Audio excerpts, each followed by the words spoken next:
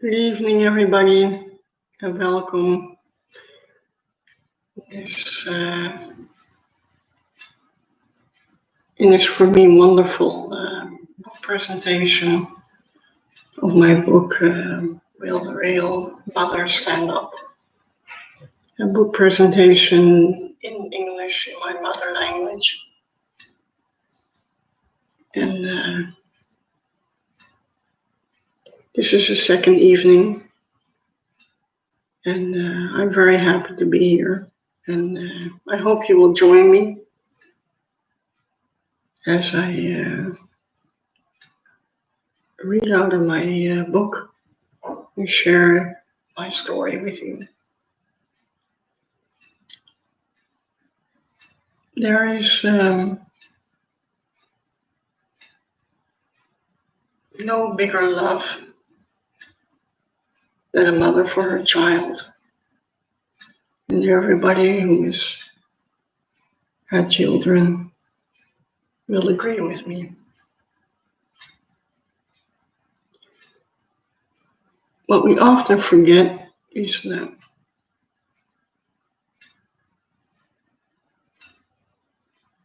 every one of us has an inner child in him or her.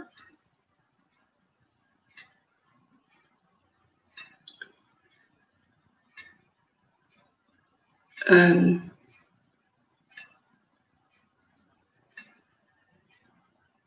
often we forget that little child that is in us.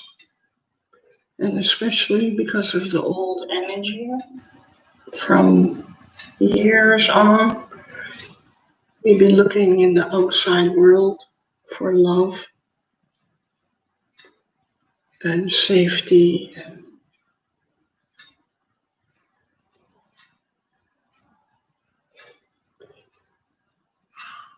And a lot of us have lost ourselves.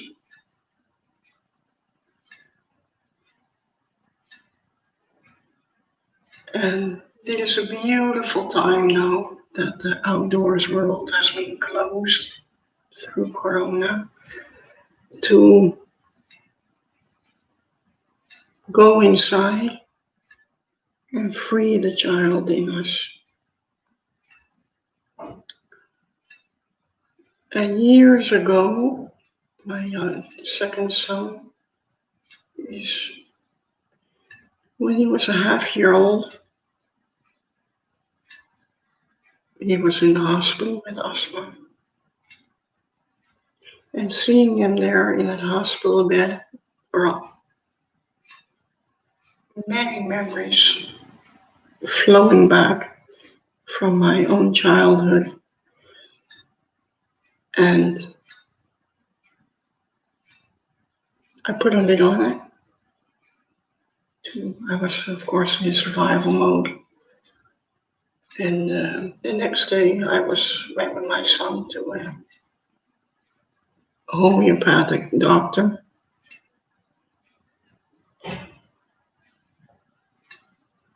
And why? Because my love for him was so big, I wanted to help him in the best way I could. And when she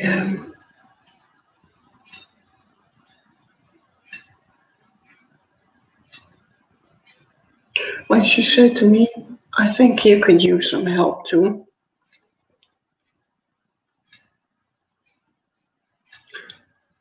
I then, of course, only knew myself that I had 6 personalities.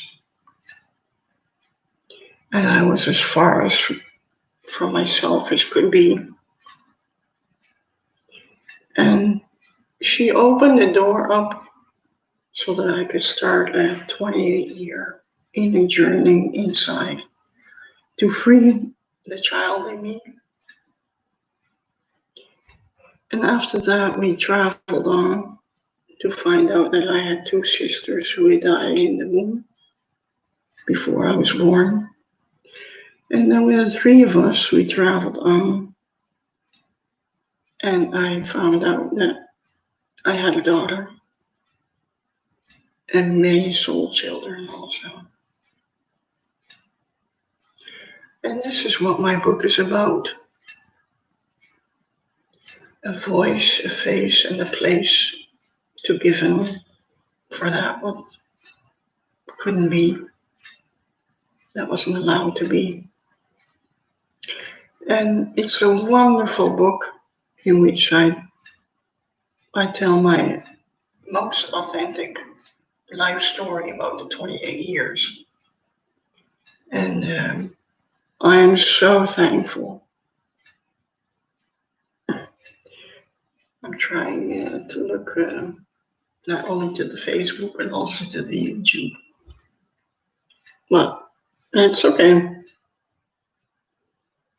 And I'm so thankful that in this time now that I have published my book, and I can send it into the world. And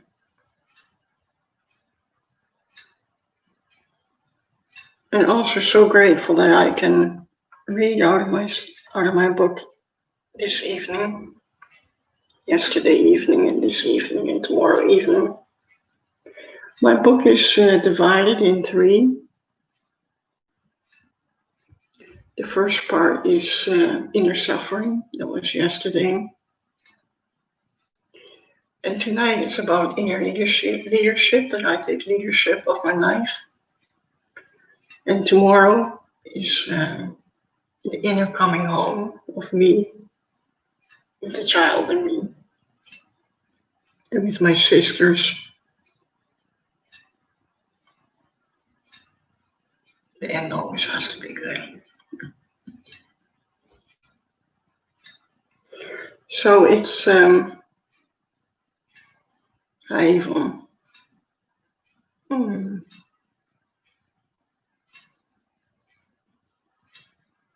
So you can understand my English. You were there yesterday night too. Nice to see you. So, yeah, so 3 parts. And I can already tell you now that this is the first book of 3. And I've really been, my intuition, my 2 sisters are with me now. And with the 3 of us, we're telling our story. And my story will be told in 3 parts, 3 books. And yeah, so I'm very happy that I can share this with you. Hi, Wendy. Whoa, my own name.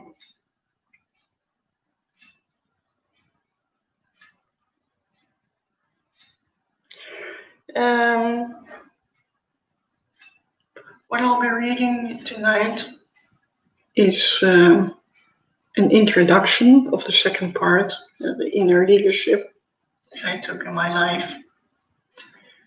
And of course, like I told you last night, tonight also, it is the self-healing tools, Reiki, and family consultations and Bach flowers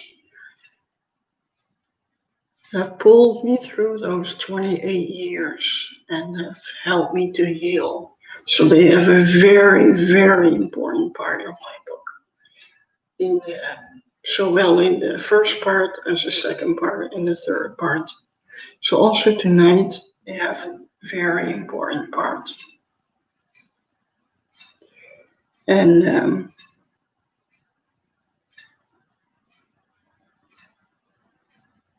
I would just say, enjoy. And in between, I'll take a glass of wine, of sangria. I love sangria. Maybe nobody does that while he does it live. No, I do it. I just do what I feel like. Okay, there we go. Enjoy. Much love to you too, Wendy.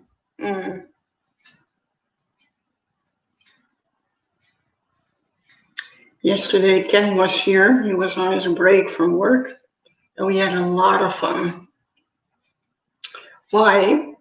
Because in his break, he came to listen to me and to see me, and I found it hilarious. I loved it. Yesterday it was 3:30 in Edmonton, he said. But the first piece that I want to read is The Way Back Home, the introduction. To find my way back home and to transform my path from dark to light, I had to let go of an incredible amount of stuff.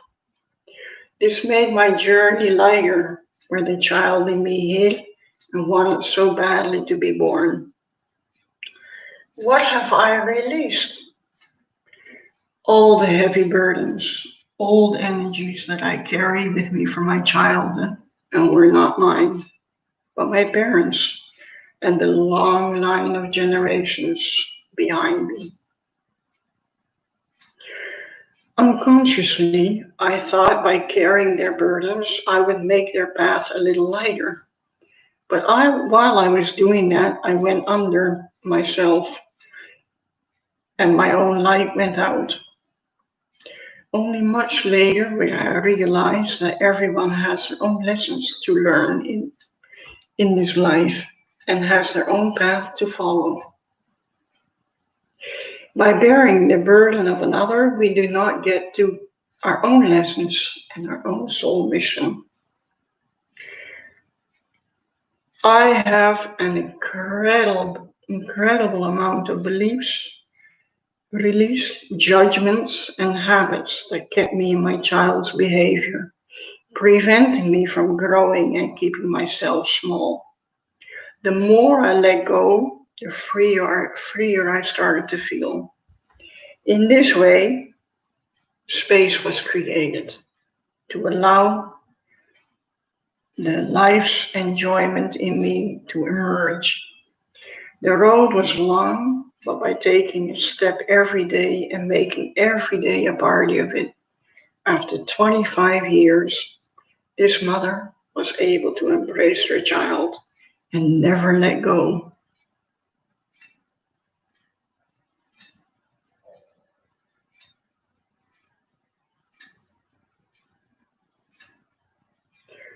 The second part I would like to read is the part that I dedicated in every part of my book to Rob. Dit is Rob 2, dus Reiki, opstellingen, consultations en Bach. And it's called Taking Out the Trash. And it was a lot. Chapter 1, Taking Out the Trash with Reiki 2. Where Reiki 1 taught me to love myself and showed me the way back home, I started to break down the walls with Reiki 2, throwing the doors open that kept me from connecting with my inner child, my soul mission, and experience unity with a divine love. By following this path that was set out for me, the wall crumbled. Further and more doors opened. It almost became an addiction, so there was no turning back. I could only go down under. The more doors opened, the lighter and happier I felt. I started to see that the walls I had built were caused by all my fears and beliefs in my limitations. What a calm voice, thank you. Isa, en die is er ook, thank you. Chapter 2. This is a very special story, a very personal story that I experienced with the family consultations too. When I recaptured a place in the row of the children, I was able to work on returning all the burdens that I carry from my family history and from the generations before me, and to give them back to all their rightful owners. I felt that a lot of it wasn't mine, and I knew for myself that I had to reveal all these hidden stories and bring them up to the surface. I heard that if I broke this family karma, this too would free my parents and their parents. Then I knew for sure this is worth it. As much as the trauma was passed on by the ancestors, they were also allowed to enjoy the letting go of it and freeing themselves.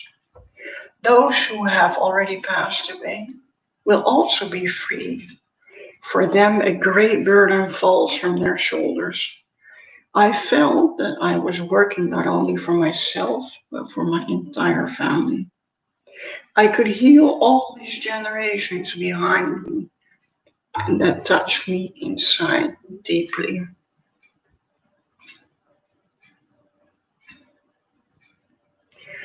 And here comes the special story I experienced with the family consultations that I would like to share very much with you. Wilma, oh, what is that nice to have you here. You were the first one to introduce me to the family consultations. Hmm.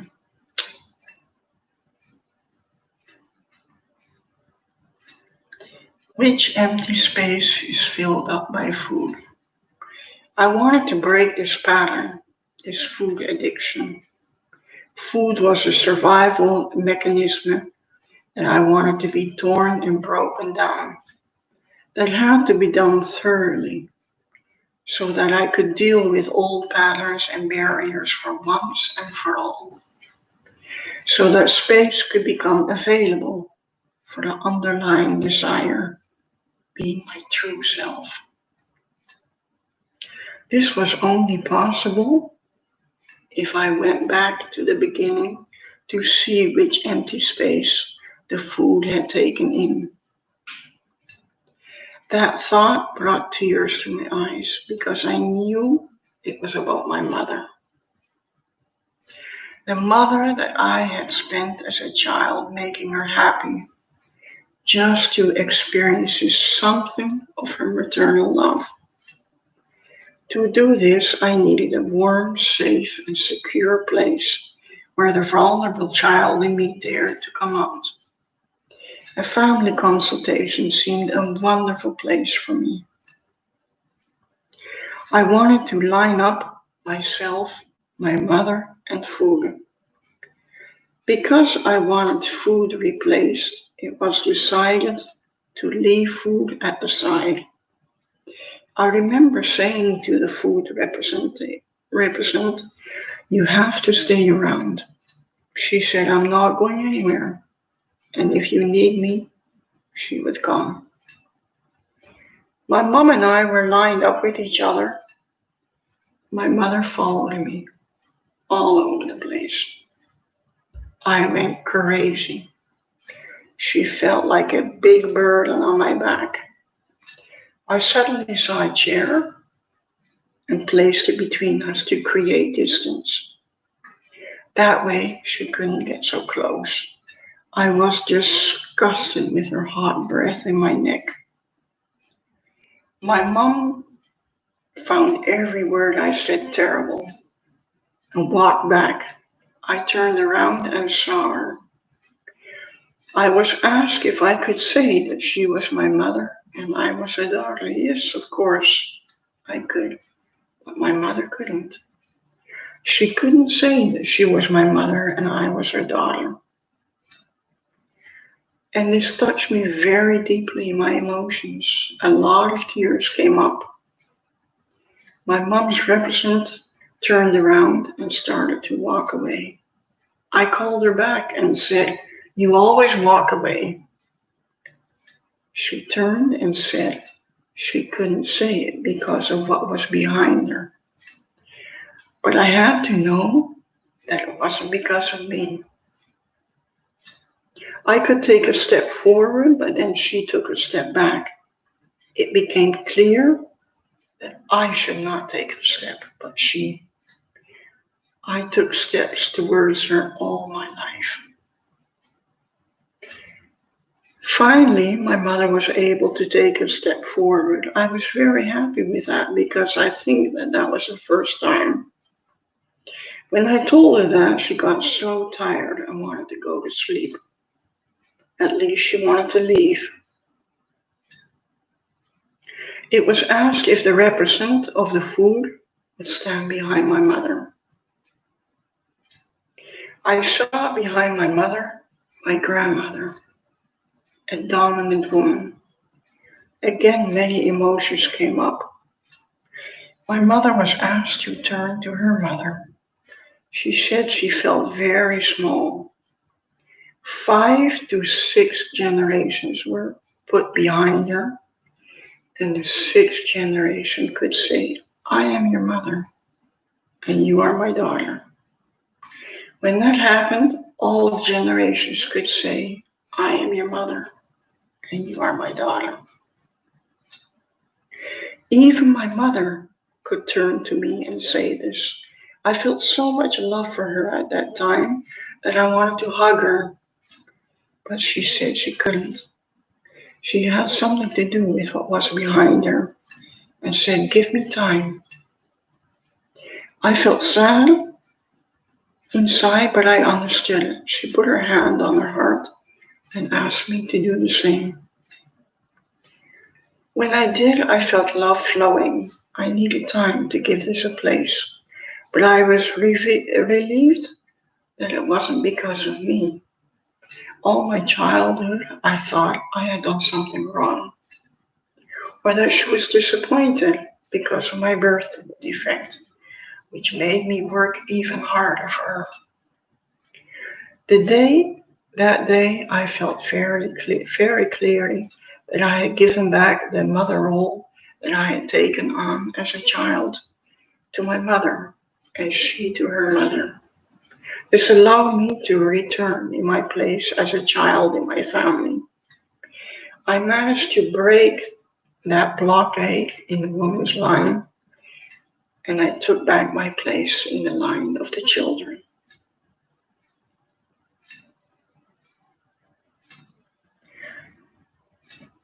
And the 3rd chapter is about the Bach flowers that are also very important for me. I placed a suitable Bach flower on each door that was locked due to negative moods. The negative energy then melted away, gave way to the positive energy. A door opened. After a while, I was able to turn on the light switch.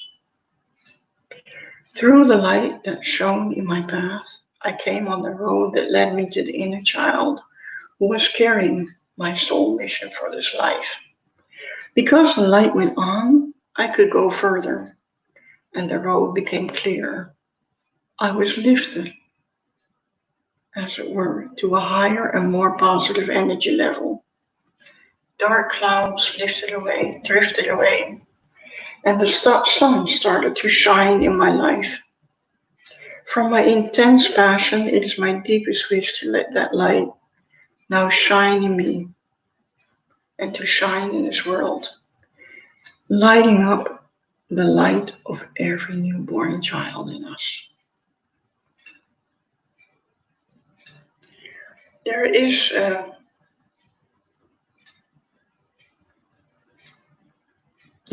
Bach flower that I would like to share with you.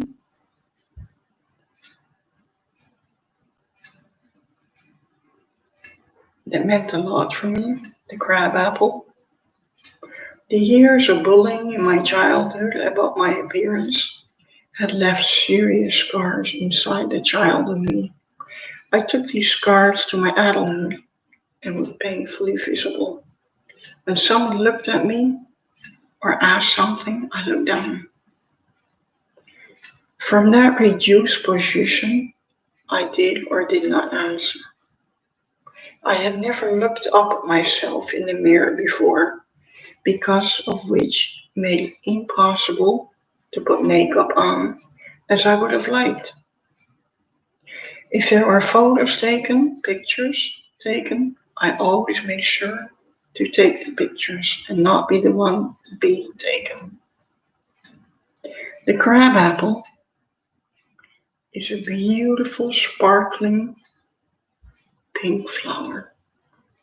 The first drop I took of the crabapple made me walk past the mirror in my bedroom and stop. I looked for the first time in the mirror, and that was already special. I looked fat, clearly an overweight issue. I was dressed in a full-colored slobbering clothes, and I said to myself, look, you deserve that if you look like this. I decided to join a sport club where I started losing weight with Weight Watchers. The mirrors confronted me with my low self-esteem. Because I was ashamed of myself, I didn't change clothes in the open spaces, but behind the closed door. There I was able to let the tears flow as I sat huddled in a corner. I did not feel safe outside my comfort zone, and the desire of the child in me who loved colors and makeup seemed very far away. The crabapple gave a great positive twist, and the more I worked on my body at the gym, the better I started to feel. It was a struggle because the child in me was crying out to be freed, but was not given enough space. I had to go through so many layers and get rid of that trapped hurt feeling and sadness. Every now and then a light shone, and I saw a glimpse of her. Like later when I did a photo shoot on the beach, I did it with the help of the crabapple. These were moments to be celebrated in every way. This crabapple is also a beautiful Bach flower for obsessions, actions such as washing your hands often or having been abused. It is a cleanser of body and mind.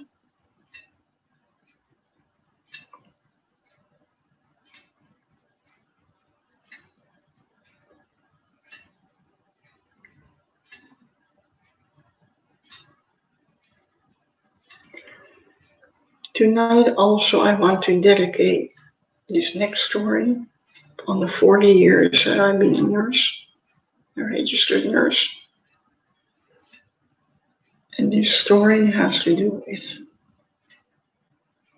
now the story shows my love for the terminal nurse in me. Tears and angels around her. The grief was great and the battle was fun. I was awakened by heavy breathing that was like crying. I felt an intense grief and sat down next to her and held her hand. I said softly that I felt her grief, and as I said that, I saw a tear roll down her cheek. I said to understand how it was difficult to let go of her beautiful family. But I said, you've done everything you could in the past few years. You fought, and now is the time. Her breathing changed, and with that she fell into a deep sleep, as if she surrendered to my voice. Her breath came and went. The family was asleep upstairs, confident that when the time came, I would call them. I dimmed the light and put the candles on and sat down next to her bed. I took her sweaty hand in mine and heard her gurgling breath. Touched, I looked up and suddenly I saw angels standing next to her bed in a beautiful white light. I smiled at them and said to her, "They've come especially for you. If I were you, I would go with them." Her breathing calmed, went shallow, and then it stopped. And then it came back again, and now was the time. The family came down and sat next to her. A few minutes later, she went with her family next to her with angels to heaven.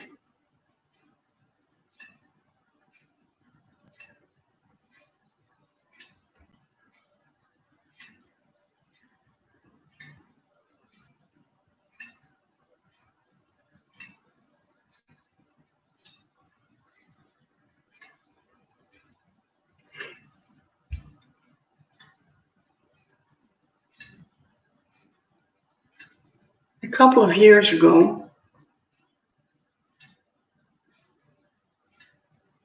I met at the open circles.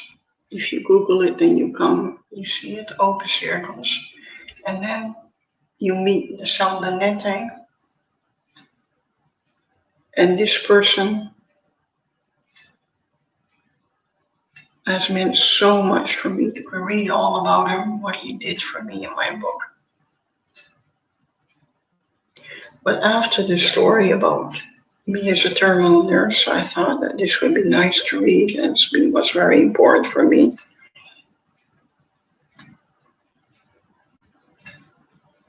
Life is not about dying, but about living. When the Sandanete from the open circles told 1,500 people during a seminary, that he had been living his life as if it was the last year.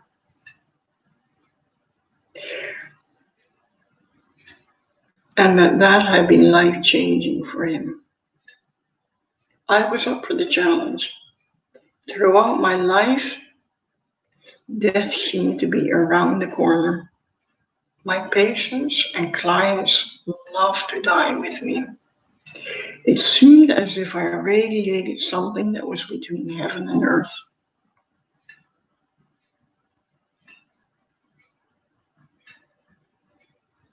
Yes, that sounds good. I remember that he asked us to write down what we thought people would say about us at a funeral. After doing this, he asked, who were talking about big cars? No one.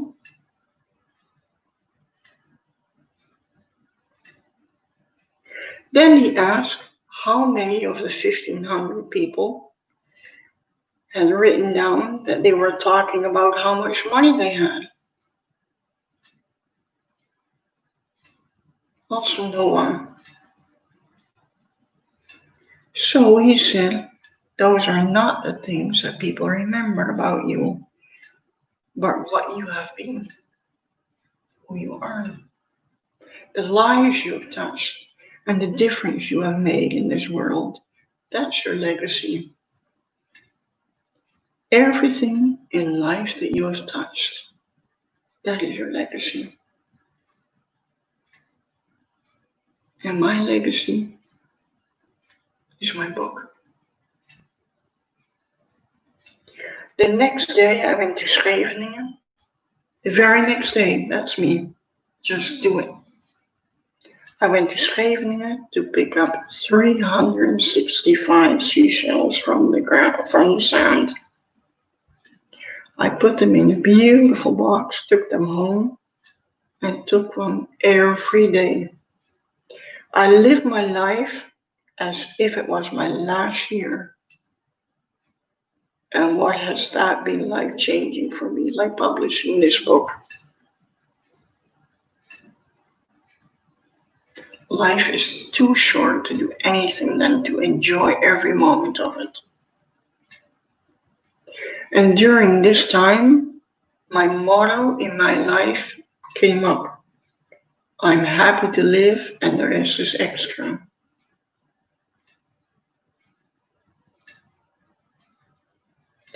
This way, the enjoyer of life in me could slowly see the light of day. And the deep meaning of my life motto would come much later. And also that life of my two sisters was not about dying, but about living. Because they are here with me today.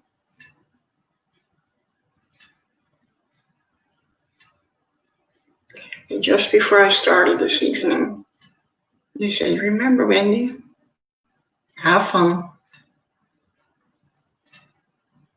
So I'm just doing that. I'm just having fun. Oh, and they said, don't forget about the wine.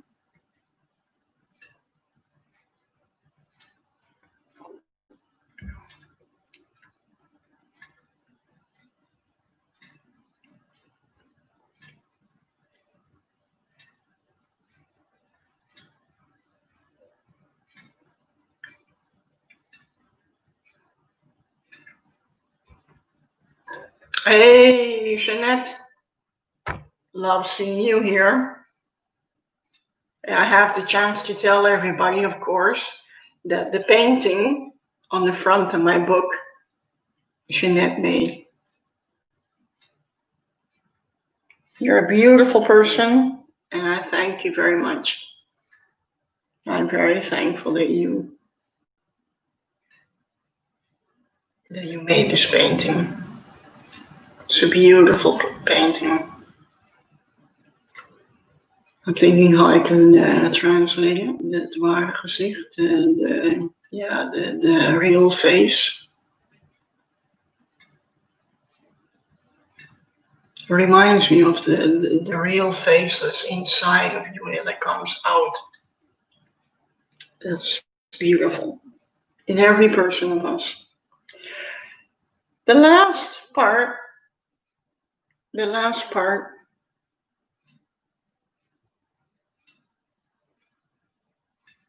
is a beautiful one. Yeah, they're all beautiful, of course, but this is a beautiful one to end the evening. It's part of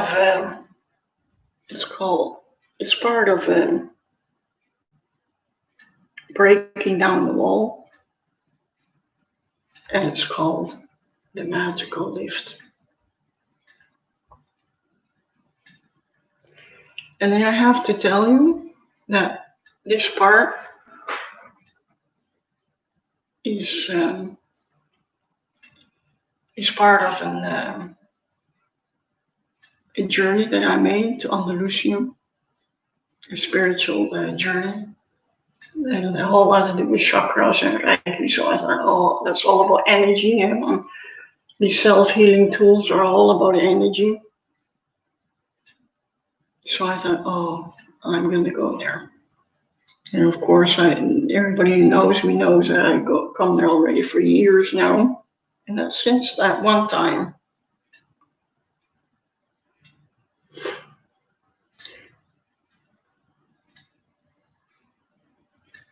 So I went there on the 7-day spiritual journey.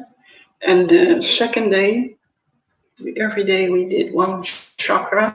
And the second day was about the sacrum chakra. And that day, we went up the mountain. And I'm not going to say anymore, I'm going to read it to you. The magical lift. I knew beforehand that the theme of the sacrum chakra was going to be a challenging day for me. This chakra was blocked all my life. A chakra that had everything to do with enjoyment and being in the flow. The sacrum chakra drives all our needs and desires and bodily satisfaction. Must be the one. The physical touch, intimacy, sensuality, and sexuality. Liking to be touched, or to touch yourself or someone else. Caressing, massage, satisfaction of needs, being physically intimate with yourself or with your partner, enjoying your physical life and your body. I looked around to see if anyone saw me thinking. Although I had experienced Reiki and massages, this one went a certain direction where I felt very uncomfortable. This meant, of course, that I was going way out of my comfort zone. I started the climb up the mountain. Climbing. You don't look happy, said one of the guides. I thought, you don't say. You should know how I feel. The word enjoyment really started to play a part in the story. I felt a battle between wanting to enjoy and my physical body that was giving up. I told a guide I didn't know if I was going to make it in this hot weather. It was about 30 degrees. In the morning, I had already taken painkillers for my back pain. And back pain, of course, and I knew that was nothing more than emotions being freed. It got heavier and heavier, and I went slower and slower and further away from the rest of the group. I felt weak, and it felt like I was carrying 10 pregnancies with me. But we arrived on a beautiful mountaintop. And everybody who knows me knows how I love mountains. So we arrived on a beautiful open mountaintop with an endless view. No, it couldn't get better.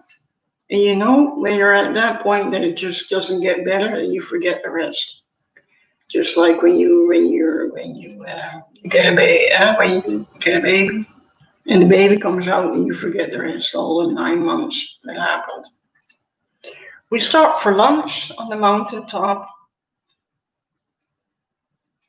and after that, we started a visualization, the magic lift. We closed our eyes, and I visualized myself getting into a magical elevator. The numbers of the floors were of an age of my own childhood. We were asked to choose an age when we used to feel happy. Wow. I had to go far back. For me, it was 2 years, and yes, then of course the tears came. The fact that I had to go that far back was very emotional. Suddenly, I felt an arm around me, and I was asked to press the button of the elevator. Number 2. The elevator went down to the 2nd floor. The doors opened, and I stepped out. There I stood as a little girl in a beautiful white dress. She held out her hand and invited me to play and enjoy life with her. It made me so happy to see her again after all these years. And the tears of sorrow became tears of joy. If only for a moment, it was wonderful to see the child in me that I had lost so long ago.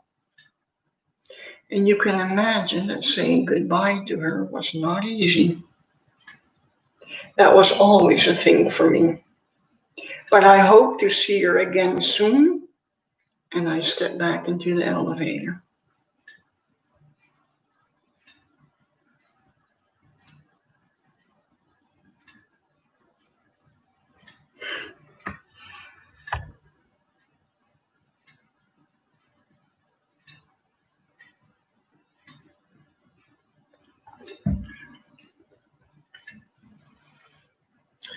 Allora, wow, that's nice.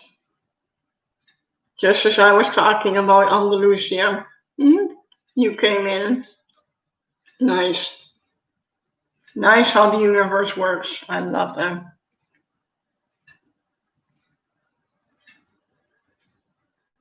I hope you enjoyed listening to my voice, to my book, and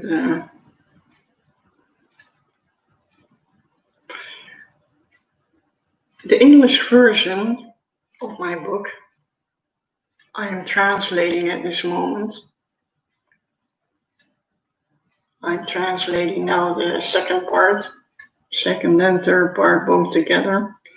And I found someone to edit my book. So I'm very happy with that. She's doing that right now as we speak. And the moment that the English version is ready to be published, I'll be selling it as ebook through Amazon worldwide. And why have I chosen that? Because at this moment I'm selling the Dutch versions, the 50 books. I'm sending them myself, but because I love sending them, holding them in my hands and sending them myself in my own energy. But I found out that sending them worldwide to Canada, for example, or wherever, many of my guests in the last 4 years, my bed and breakfast, were also worldwide, Asia and South America. But the prices are so high. I found out that sending my book to Canada cost 26 euros. That's more money than my book self. So I thought I have to find another way. And the one who's editing my book, she's written 7 books already. No, I have to say it right. 9 books and 5 on Amazon. And she said it's wonderful there. Just do it. It's for free. You can just put your ebook. And that's, in this time and age, is an ebook. Yeah, beautiful. Of course, there are people who would like to hold the book in their hands. I wanted to do that myself too, of course. And they can always order it through me. But, so I'm very happy with that. So as soon as my book is published in English and it's on Amazon, of course, I'll put a link on Facebook and then all of you can order. And yeah.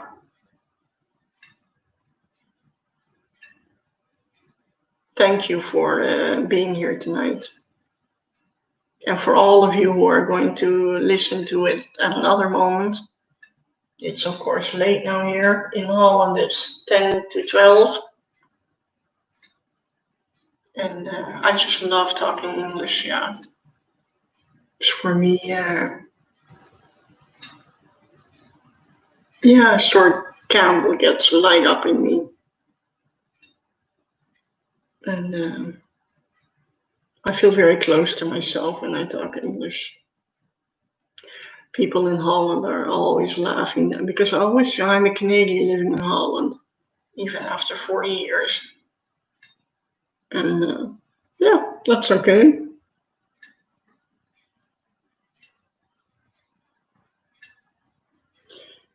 Okay. Now, if nobody has any questions, then I wish you all good night. And maybe we'll see each other tomorrow evening, also at this time, for the last part of my book, The Inner Coming Home. Yeah, the most beautiful part is keep for the last. We keep for tomorrow evening. So good night to you all, and thank you for coming and listening to me. And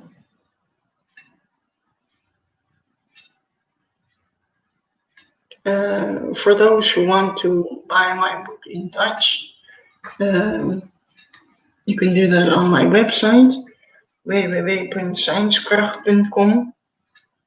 And you who are my English friends, you can also look on my website because you can see in two languages. The second language, you see a Canadian flag, and then you know that that's English, of course. So, but the English version will be soon. I hope that'll be as soon as possible. But the translating does take time to put it in energy that is in energy that feels good for me. Okay, good night, and thank you for coming. Bye bye.